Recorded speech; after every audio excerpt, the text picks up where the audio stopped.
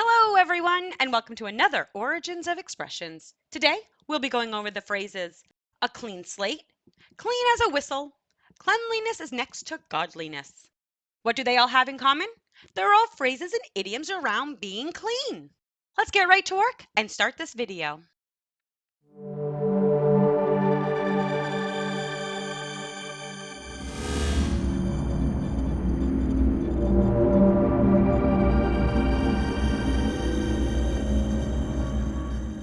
Being clean, a very important part of our lives. People have had a daily hygiene routine for hundreds of years.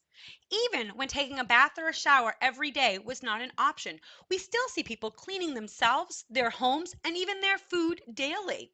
Hygiene and cleanliness are very important. So it is no surprise that we see it in our language. Today we'll be looking into 3 idioms around clean. Let's not waste any time and move into our first phrase. A clean slate. A clean slate means to wipe the past out and begin anew, to make a fresh beginning. Let's start with a clean slate. This phrase has been around since the 1800s, about the time where slates were being used as writing tablets. Slate slabs were split into thin plates and made a good medium to write on using chalk. So we see it in the early 1800s. They were used in schoolhouses, taverns, and other establishments where writing happened. It was more financial than buying parchment, which was more expensive. The idiom clean slate was noted around 1856. It was an image from customers' accounts that were chalked up in taverns. But it also came to mean any social debts, such as poor grades in school, or financial debts, such as at a grocery store. The public ledger was often slate marked with chalk. A clean slate, therefore, meant that the past debts were erased and two people started on equal footing. Today, we still hear the phrase clean slate when we are trying to express that we want to start again with no influence from the past. Forget the past and start fresh. An example sentence is Sarah and I used to date in the past, but we broke up after a fight. Now we're going to start dating again with a clean slate. Well, let's let them rekindle their relationship as we move into our next phrase. Clean as a whistle. Clean as a whistle means completely free of dirt and neat in appearance. Well behaved, not involved in illegal or questionable activities. That is as clean as a whistle. This idiom is a simile. It's comparing two things, cleanliness with a whistle. This simile might have started out a bit different. There is some history about in the early 1800s that it was clear as a whistle. The word clear was meant to mean pure, like the sound of a whistle. We see a change to clean. At that time, both words were considered the same and sounded the same, so it was adopted, and we use it to describe something thoroughly done. Today, we still use clean as a whistle when something is very clean, like a house or even legal records. An example sentence is, I don't have a criminal record. I'm as clean as a whistle. Well, that's good news. Let's step away and move into our next idiom.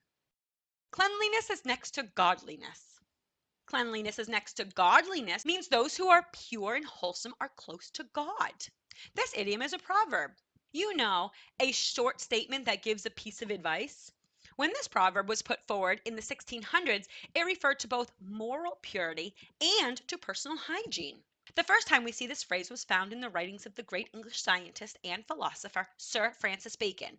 In Advancements of Learning in 1605, he wrote, Cleanliness of body was ever esteemed to proceed from a due reverence to God, to society, and to ourselves. However, the best known use of the proverb was by the preacher John Wesley in his sermon on dress, which he gave around the year 1791. It reads, Let it be observed that slovenliness is no part of religion, that neither this nor any text of Scripture condemns neatness of apparel. Certainly, this is a duty, not a sin. Cleanliness is indeed next to godliness. Today, you can still hear this phrase being used. It is used when you need to encourage and promote someone to clean their mind, but mostly to clean their body.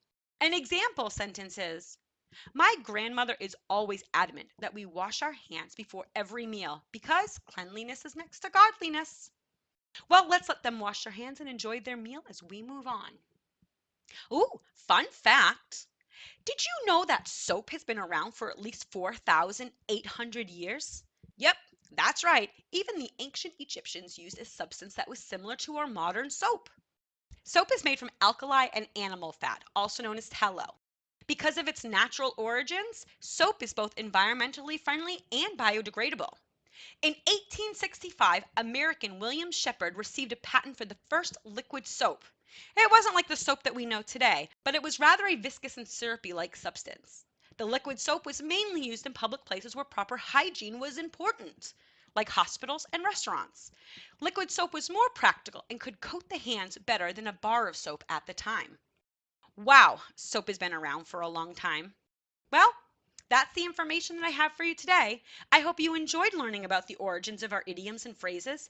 I would love to have you subscribe if you did, especially since I put up new and interesting videos every week. It's like a clean slate. The only way you'll know what the next topic is to subscribe to the channel.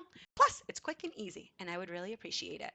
Oh yeah, quick question before you go. Do you know any idioms or phrases around being clean? Maybe you know other idioms or phrases on an entirely different subject. I would love to see them. Leave them in the comments below. And if I use one of the phrases, I'll give you a shout out. Thank you again for watching and subscribing. I really appreciate your support. Until next time, bye.